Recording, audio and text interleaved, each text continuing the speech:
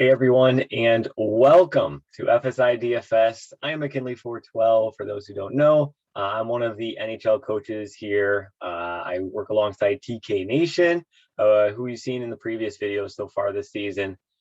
We encourage you, come check out the Discord that we have. Come check out the website, all the things that we do offer.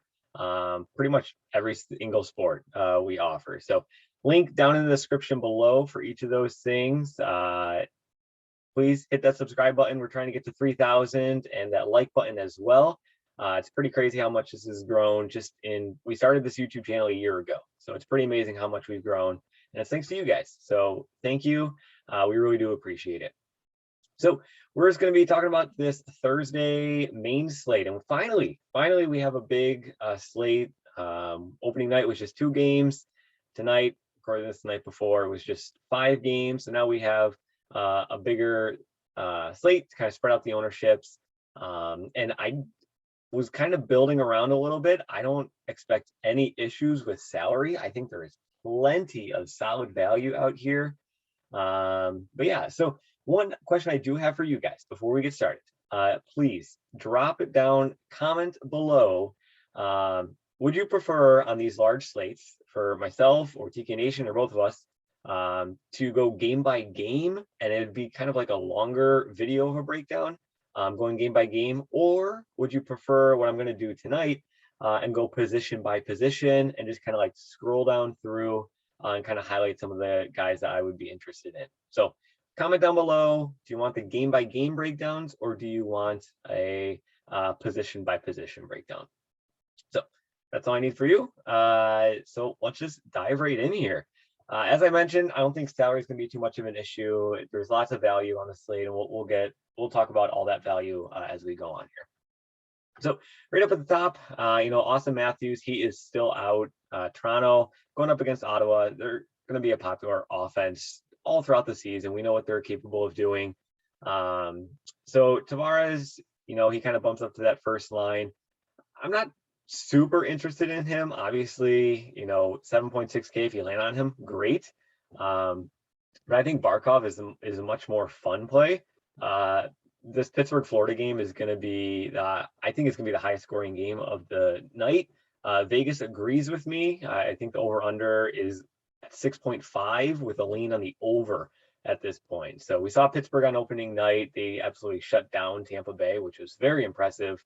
But I think Barkov skating on the top line with Verhaeghe and Sam Reinhart, one great thing about that Florida top line is they all obviously skate together, even strength, but they're all on the same power play unit as well. So if you're to do like a GPP stack, I think this Florida top line is going to be very popular tomorrow, just because they correlate at even strength and on the power play, and they're in the highest game total on the slate. So GPP, Florida line 1, I mean, even in cash, I think that's definitely a team that you want to be targeting. Brayden Point, he was an absolute letdown on opening night against Pittsburgh. Really, that entire line 1 for Tampa Bay was a letdown. But going up against Detroit, I think they're going to bounce back here. Tampa Bay is just way too good of a team to throw up another dud, especially against a team like Detroit. So at 6.9K, I got no issues paying for him. He's more than capable of, scoring twice or getting 2 assists or whatever, and paying off his salary. No issues with that. Kopitar, he's fine at 6.4. Suzuki, this Montreal Buffalo game, in case you guys haven't figured out by the screen behind me here, huge Buffalo Sabres fan. It has been an atrocious decade as a fan, but I'm insane, so I still root for them. But this Buffalo team, they're just like in a full-out rebuild mode. The coach has come out and said as early as yesterday, his hope for this team, his game style that he wants them to play, is a high event, exciting brand of hockey to watch as a fan. So that right there is awesome from a DFS standpoint. And when you combine that with, the Sabres are just the worst team in the entire league, and they have no defense and they have no goaltender, you're going to be wanting to stack against Buffalo a lot, because they're going to be wanting to play that high event hockey, and they're just terrible. So Suzuki, he's leading line 1, centering line 1 for Montreal. He's in the center of the top power play unit as well. 6.2K. I could see his salary going up throughout the season, and I think it should be a bit higher, especially going up against a team like Buffalo. Stevenson Carlson. I mean, Stevenson, he lit up the opening night. Carlson kind of took the back seat there, but I think on the road, Carlson could take a little bit more of a DFS friendly spot. He'll kind of avoid more of the top defense of LA. So hopefully he avoids Kopitar. He's going to be avoiding Drew Doughty because they're going to be going for Stevenson, which should open up things for Carlson. But, I'm just, not to make this too long, I'm just going to scroll down. CIRELLI. I think he is probably my favorite point per dollar center on this slate here. 3.9K. We saw what Tampa Bay's line 2 is capable of doing. CIRELLI, Killorn, and Stamkos. These guys lit it up on opening night. They're just fantastic in general, and now they're getting a much better matchup. Going up against Detroit, I really think they're going to be fired up to, amend their absolute atrocious showing on opening night. So 3.9K, I think CIRELLI is probably my favorite point per dollar play at center here. So let's move to the wing. Let me scroll all the way up at the top. Kucherov, he was with Point on that top line, who just absolutely disappointed on opening night. 8.4K is pretty insanely expensive, but Kucherov, he does have that shot floor. And like I said, there is enough value. Like you throw in CIRELLI, obviously they don't correlate too well, but still, I mean, you can find cheap centers through there, or even mid-price centers, guys like Carlson, Suzuki, all that. So Kucherov, he is expensive, but he's worth it at times. He's not going to be in my cash build, I don't think. When I was kind of playing around with the build, he didn't make it into that cash build. But still, if you land on him, awesome. Pacioretty, we saw him on opening night. Marner, he had an injury issue going into the game tonight, but he was able to play. Kind of threw out a lot of people. Everybody was on Case for Toronto, but Marner slid into that top line against Tavares. But Forsberg, I think I like him a little bit more than Marner. Going up against Seattle, I mean, they're still trying to figure things out on defense, put things together. New team, obviously. Forsberg, though, Nashville, they did lose Arvidsson, so he kind of lost his partner in crime on that top line. But still, he's going to be skating with Duchesne. He's going to be skating with Johansson. You can do much worse. So I think Forsberg is really going to take like another step forward this season at really trying to carry this team. And pretty much Nashville's offense is going to be going through Forsberg because they lost Ellis as well on the defense. So I do like Forsberg here. Scrolling on down, Verhaeghe and Reinhart, those are two guys that I mentioned, along with Barkov. That's your top line of Florida in the highest total game. They correlate even strength and on the power play unit. Caulfield, great prospect for Montreal. Kid's short. I say that because that's why teams skipped over him. I get 5'9", and nobody wanted to pick him. But this kid has an elite shot. It is just insane. So he's a top prospect. He's going to be a top goal scorer in the league sooner rather than later. So Caulfield, 6.3K, totally fine with him. Trying to figure out other guys that I think, obviously Tampa Bay, Florida, those are guys that we want to be talking about. LAINE, 4.3K. This, I think, when I was doing my research and I was kind of going through the player pool, I think LAINE was probably the guy that really threw me off the most. 4.3K. Columbus is a favorite. I think they're at a 140 or 150 favorite at the time of this video. So a pretty decent size favorite going up against Arizona. They're at home. He plays on the top line. I mean, this guy was drafted right after Austin Matthews a couple years ago. So second overall, he has one of the best shots in the entire world. So 4.3K on a favorite on the top line, on the top power play unit, a number 2 overall pick just a couple years ago, who can just absolutely light up the score sheet. LAINE, I think he's one of the just plug and plays. Every build that I was kind of playing around with kind of always seemed to be having LAINE in it. So I think he's just in a great spot tomorrow for Columbus. Stützle, Brady Tkachuk for Ottawa. He's going to be out. So Stützle kind of bumps up to that left wing line 1 spot in his place. He'll also get top power play unit as well. Riley Smith, Bunting, Toronto line 2, if you want to go with them. He had a great preseason. I think he hit the score sheet tonight. I can't remember, but I think he did. So don't mind him at all either. Where's the other guys that I wanted to talk about? They were right down here. Capo Caco, 3.3K, still way too cheap for a guy of his ability. All right, so Skinner. Jeff Skinner, I mentioned, I'm a Sabres fan, so obviously I have a little bias here, but we're still talking about, a team that wants to play high event hockey. They want to shoot the puck like crazy. So Skinner, he's going to get his fair share of shots. Michael's not playing. They traded away Sam Reinhart. Like, they got rid of pretty much all their top players this season, and it's kind of Skinner remaining. Like, he's going to have to really be the offensive production for Buffalo.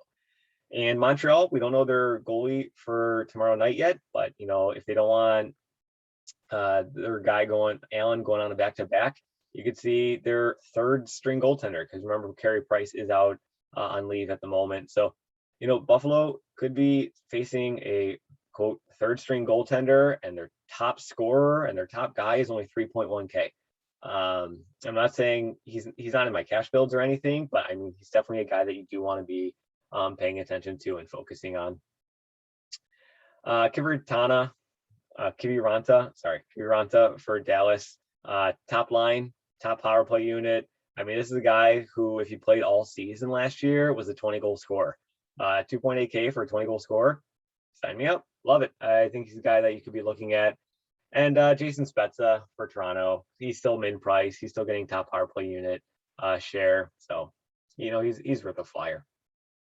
Going to the D, I always prefer to pay up for D. I'm more of a cash game player. TK Nation, the other NHL coach here at FSI, he's more of the GPP mind. So I prefer to pay up for D. Obviously, some slates don't allow for it. This slate does. So I will say, my 2 D spots are going to be paying up for some top guys. And you really can't go wrong with really any of these guys. I mean, Hedman going up against Detroit, like I said, I think Tampa Bay is going to come out firing against Detroit here. Pietrangelo, he is a guy that can get on the score sheet, and he can get you that shot bonus and block shot bonus as well. So that is absolutely fantastic. Letang, he's in the highest game total of the night. So he's an awesome play as well. Giordano, he got a serious boost, but he's kind of like the guy, he's the anchor of the Seattle team. He's more than capable of getting that 5-shot bonus and the block shot bonus as well. And this is kind of why I like paying up for defenders, because they can get you that floor. A winger is not going to be able to get you that floor of 5 shots and possibly 3 block shots, while also, getting on the score sheet and all that, putting all that together. They don't have that kind of floor. So I love paying up for D, especially in cash games. But guy I do want to talk about is Werenski. I think he's a great pairing to LAINE. He's the top guy for Columbus, the top D man. He fills all the boxes. He fills all the boxes that I was just mentioning, and he comes at a pretty decent discount to all the top guys here.